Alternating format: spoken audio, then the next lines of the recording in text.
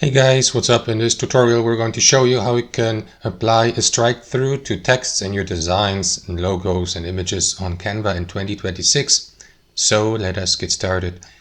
Alright guys, so what you want to do is navigate to your logo or your design. And there are two ways how you can do this. So let's assume, for instance, you have inserted a text box by clicking into the text tool here to the left. By selecting add a text box, you can also change the font, for example. I will go with that example text here. So what you want to do is double click into the text box to highlight the text. And then you will see these text formatting options here at the top. Here you can change the font as previously mentioned, the font size, color.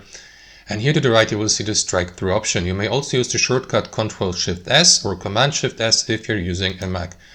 And then it would look like this. So if I double click into it, I will be given the opportunity to remove the strike through again.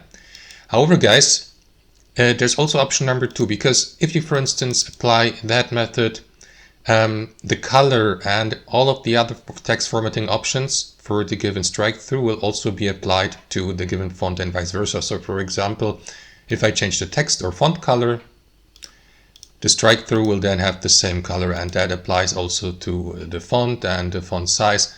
So if you'd like to separate both, there's option number 2. Let's say, for instance, you have a drawing like this, a text drawing. What you want to do, guys, is navigate to the Elements tab here on the left hand side. Then navigate to the Shapes tool. And then, guys, what you want to do, you can use, for example, a rectangle for that.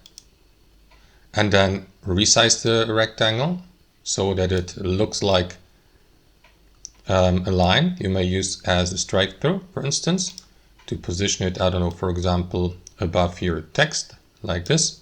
You can also change, as you can see, the length and the size and also the color here. So now it's separate from the text in the background. But there's also the option to go with lines. So here in the shapes section, click into see all next to lines and choose a line. So you can go with a line like a standard line, a dotted line, a dashed line, lines with arrows.